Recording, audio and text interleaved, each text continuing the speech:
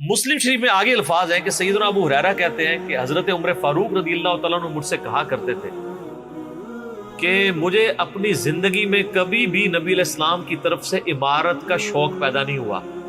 یعنی وہ کہتے تھے میری ایک یعنی زندگی میں جو عمارت والا معاملہ ہے میں اس سے دور ہی بھاگتا ہوں. آپ کو پتا ہے نا حضرت ابوبکر کا بھی جب یہ مشورہ شروع کیا تو حضرت عمر نے سب سے پہلے کہا کہ جی مجھے تو ہم معافی رکھیں, باقیوں میں سے کوئی مشورہ کر لے, میں جو بھی مسلمان راضی ہو جائیں گے. حضرت ابوبکر نے بھی سب سے مشورہ کیا, حضرت عمر سے نہیں کیا. اور سب سے مشورہ کیا کہ اس کو کر دوں, تو سب نے کہا ٹھیک ہے.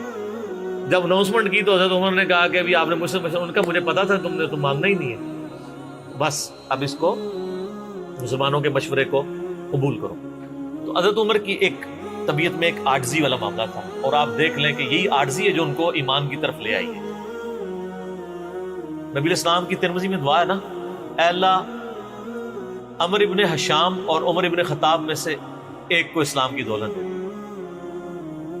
ابو جہل کو کیوں نہیں ملی؟ میں آپ کو ایک ہی فرق ایک ہی بندے کی زبانی بتا دیتا ہوں. حضرت عبداللہ ابن مسعود کہتے ہیں, صحیح بخاری میں آتا ہے کہ جب اس مرنے کے قریب تھا, جو دو بچوں نے اس کو قتل کر کے نیچے گرایا, بھی اس کی رمت باقی تھی, تو میں اس کی جب گردن کاٹنے کے لیے اس کے سینے پہ چڑھا تو مجھے کہنے لگا کہ تم ایک یعنی کم ذات کے آدمی نے ایک بہت بڑی سواری کے اوپر سوار ہوا ہے, اور میری گردن کو نیچے سے کاٹنا تاکہ سردار کی گردن نظر آئے. یہ اکڑ آخری وقت میں بھی نہیں جا رہی ہے, ٹھیک ہے جی. اور دوسری طرف آپ حضرت عمر فاروق رضی اللہ تعالیٰ عنہ کو دیکھیں کہ بلال حبشی کو کہہ رہے ہیں, صحیح بخاری میں حدیث ہے کہ ابو بکر ہمارے سید ہیں جنہوں نے ہمارے سید بلال کو آزاد کروایا. عرب کے بنو عدی کا سردار ایک حبشی کو, یہ آپ امیجن ہی نہیں کر سکتے آج کہ خاندانی وہاں پہ نظام, قریش تو اپنے برابر کسی کو سمجھتے نہیں تھے, سیدنا بلال کیا. اور ایک دفعہ جب ابو جہل پٹائی کر رہا تھا عبداللہ ابن مسعود کی, دھکا مار کے چلا گیا. یہ سب کچھ عمر سیریز میں فلمایا قطر والا. تو وہ اب وہ نیچے گرے پڑے ہوئے ہیں, حضرت عمر وہاں سے گزر ہوتے ہیں, ابھی اسلام نہیں قبول کیا. تو وہ ہاتھ پکڑ کے اسے اٹھاتے ہیں, تو عبداللہ بن مسعود کی زبان سے نکل جاتا ہے کہ واللہ تم ان دونوں میں سے بہتر.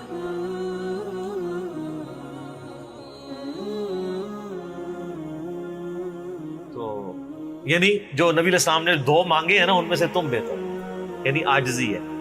یعنی ہے کافروں کی پارٹی میں اور میرے ساتھ بھی اس میں سلوک کر رہے ہیں, اور وہی ہوا, اللہ تعالیٰ نے ان کو قبول کر لیا. تو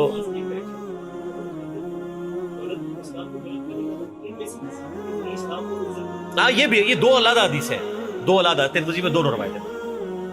اچھا اب آپ دیکھیں کہ سیدنا عمر فاروق رضی اللہ تعالیٰ عنہ کہتے ہیں, حضرت ابو ہریرہ کہتے ہیں مسلم شریف کی اس حدیث میں کہ حضرت عمر مجھے کہا کرتے تھے مجھے پوری زندگی کبھی عمارت کا شوق نہیں ہوا سوائے اس دن کے کہ جس دن علی کو جھنڈا ملا. مجھے بھی خواہش تھی کہ کاش نبی علیہ السلام مجھے وہ جھنڈا دے. یہ حضرت علی کے لیے بہت بڑی فضیلت ہے اس حوالے سے کہ سیدنا عمر ان پر رشک کرتے تھے.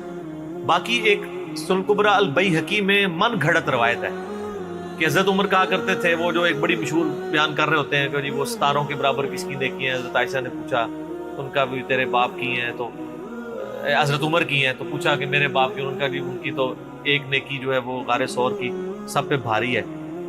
اس حدیث کو شیخ البانی نے, شیخ زبیلی زئی صاحب نے, دونوں نے لکھا ہے یہ موضوع حدیث ہے, وضع کی گئی حدیث ہے, لیکن یہ ہمارے مسلمانوں کے بچے کو یاد ہے. جعلی حدیث ہے, ضعیف نہیں سر, گھڑی ہوئی حدیث ہے.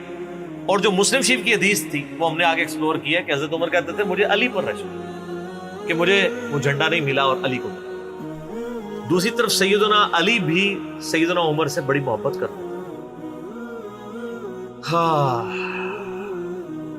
بخاری اور مسلم دونوں میں حدیث ہے, مشکات میں بھی آپ کو مل جائے گی, تیسری جلد میں حضرت ابو بکر عمر کے فضائل کے چیپٹر میں. عبداللہ ابن عباس کہتے ہیں کہ سیدنا عمر کی میت رکھی ہوئی تھی اور لوگ ان کی میت پہ رو رہے تھے اور اپنے اپنے انداز میں ان کے اوپر سلام پیش کر رہے تھے کہ آپ کی وجہ سے اللہ نے اسلام کو اتنا عروج دیا, رومن اور پرشین امپائر گر گئی, یرموک اور قادسیہ میں اللہ نے مسلمانوں کو فتوحات دی. اور کہتے ہیں اتنے میں ایک شخص میرے پیچھے آگے کھڑا ہوا, کیونکہ میں بھی میت کے سامنے بیٹھا ہوا تھا, اس نے میرے کندھے کے اوپر آ کے یوں کونی رکھ لی اور اس نے سیدنا عمر کی میت کو مخاطب کر کے کہا کہ اللہ تجھ پہ رحم کرے اے عمر ابن خطاب، میں نے اللہ کے محبوب صلی اللہ علیہ وآلہ وسلم سے بارہا سنا تھا کہ میں ابو بکر اور عمر فلاں جگہ گئے، میں ابو بکر اور عمر داخل ہوئے، میں ابو بکر اور عمر نکلے، مجھے امید تھی کہ تم اپنے ان دو ساتھیوں کے ساتھ جا کے ملو گے۔ کون سے دو ساتھی؟ سیدنا ابو بکر اور سیدنا محمد رسول اللہ صلی اللہ علیہ وآلہ وسلم۔ اور اللہ کی قسم اس روئے ارض پہ تم وہ شخص تھے کہ مجھے خواہش ہے کہ میں تمہارے اعمال کے ساتھ اللہ کے حضور پیش ہوں۔ ظاہر ہے اتنا بڑا عروج سر، انسانی تاریخ کا سب سے بڑا ریولوشن نبی علیہ السلام کا، اس کی ایپیکس سیدنا عمر کے دور میں ہوئی ہے، اور یہ اللہ کا معجزہ ہے۔ نبی علیہ السلام کی مبارک زندگی میں انقلاب آتا نا تو اس طرح کے تو بہت لیڈر پہلے بھی آئے تھے جنہوں نے اپنی زندگیوں میں انقلاب لے کے آئے تھے۔ یہ معجزہ یہ تھا کہ وہ شخص دنیا سے چلا گیا، ہزاروں اس کے ماننے والے مرتد ہو گئے عرب قبائل، اور چند مخلص ساتھی ساتھ ہیں، اس کے باوجود اللہ نے رومن اور پرشین امپائر الٹوا دیے۔ کتنا بڑا معجزہ ہے۔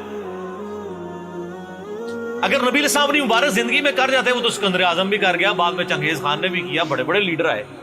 یہ ڈفرنس، ایک یہ ڈفرنس، اور دوسرا ڈفرنس یہ کہ نبی علیہ السلام نے اپنی وفات کے بعد 10 سال بعد، 20 سال بعد، 30 سال بعد، 50 سال بعد، ایون 500 1000 سال بعد ہونے والے واقعات کو بھی بیان فرما دیا کہ یہ ہوگا۔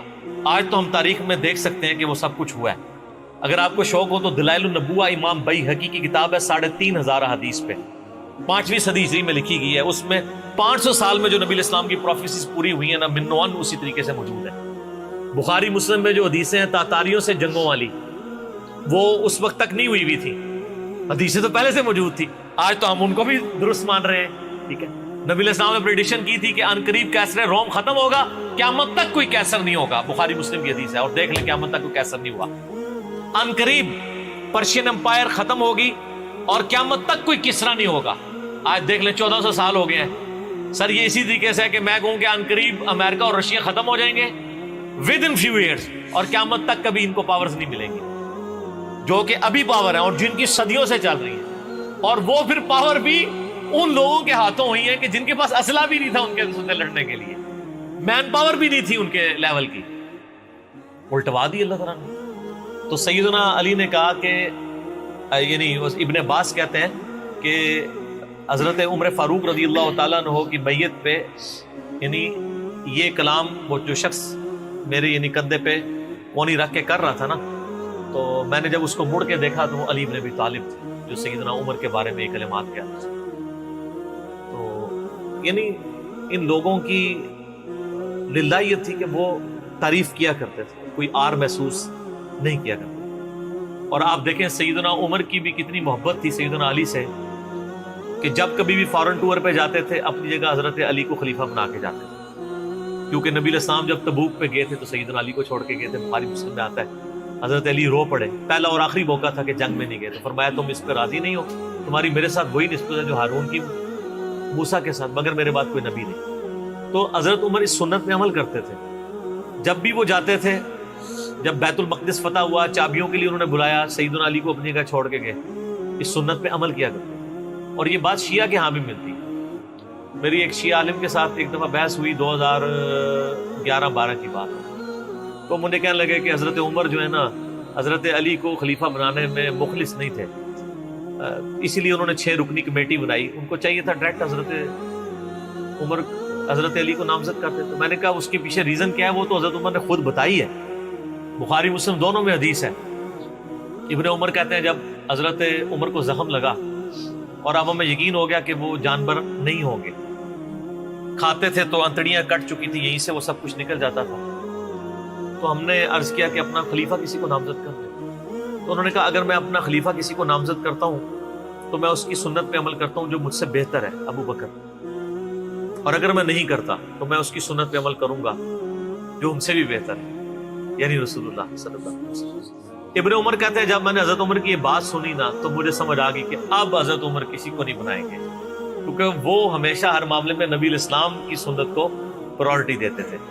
اور وہی ہوا کہ انہوں نے کہا کہ میں 6 رکنی کمیٹی بنا رہا ہوں. بخاری کے اور مسلم کے الفاظ ہیں کہ میں اپنے بعد اس امر خلافت میں ان 6 بندوں سے زیادہ کسی کو اہل نہیں سمجھتا جن سے رسول اللہ صلی اللہ علیہ وآلہ وسلم اپنی وفات تک راضی رہے. اور فرمایا علی، عثمان، طلحہ، زبیر، عبد الرحمن بن عوف، سعد بن ابی وقاص. اچھا یہ کون ہے؟ عشرہ مبشرہ ہیں. عشرہ مبشرہ میں سے یہ 6 بندے باقی تھے اور ایک 7واں بھی تھا. اس کا نام اس لیے لیا کہ ان کا بہنوئی تھا، سعید بن زید. وہ تو معاویہ کے دور میں جا کے فوت ہوئے ہیں نا، سعید بن زید تو بہت بعد میں فوت ہوئے. اور اسی بخاری میں الفاظ ہیں کہ عبداللہ بن عمر کو مشورے میں ضرور شامل کرنا لیکن اس کو کوئی خلیفہ نہ چنے. اور کہا کہ سعد ابن ابی وقاص پہ اگر تم متفق ہو جاؤ تو اسے خلیفہ چن لینا، اور میری اس بات کو دلیل نہ بنانا کہ میں نے اسے معزول کیا تھا پرشین امپائر کی گورنری سے. کہیں ایسا نہ ہو کہ تم اس پہ متفق اور کہو کہ اس کو تو عمر نے اتارا ہوا تھا، اینو تو رہن دو. اس 62 ایف لگ گئی ہے. یہ 62 ایف ہے جعلی چیز ہے. اسلام میں کوئی 62 ایف نہیں ہے. اسلام میں یہ نہیں ہے کہ آپ کو مطلب موت کے غرغرے تک توبہ قبول ہے. آپ ایک بندے کے ساتھ معاملہ ہو جاتا ہے اور وہ توبہ طائب ہو جاتا ہے تو بس ٹھیک ہے. وہ تا حیات محل کوئی نہیں ہوتا. اسلام میں کوئی تا حیات نہیں ہے. اللہ تعالیٰ کے ساتھ گستاخی کرنے والے کے لیے بھی جامعہ ترمذی میں حدیث ہے کہ موت کے غرغرے تک جو ہے وہ توبہ کا دروازہ کھلا ہوا ہے، موت کے غرغرے سے پہلے. تو 62 ایف نہ لگا دینا اس پہ. وہ ایک معاملہ تھا، وہ حضرت عمر کسی کو 4 سال زیادہ گورنر رہنے نہیں دیتے تھے، انہوں نے ان کو ہٹا دیا. تو یعنی ان لوگوں کی یہ للہیت ہوا کرتی. تو میں نے اس کو کہا کہ دیکھو کہ یہ وجہ تھی کہ انہوں نے نبی الاسلام کی سنت پہ عمل کیا کہ میں ان 6 بندوں سے نبی الاسلام راضی تھے، میں اس کمیٹی بناؤں گا. میں اور اس میں الفاظ ہیں بخاری مسلم میں کہ میں زندگی بھر تمہارا بوجھ اٹھاتا رہا، اپنے مرنے کے بعد تمہارا بوجھ نہیں اٹھاؤں گا، تم خود اپنا خلیفہ چن لینا ان 6 میں سے. یعنی میں کسی کو نامینیٹ نہیں کروں گا.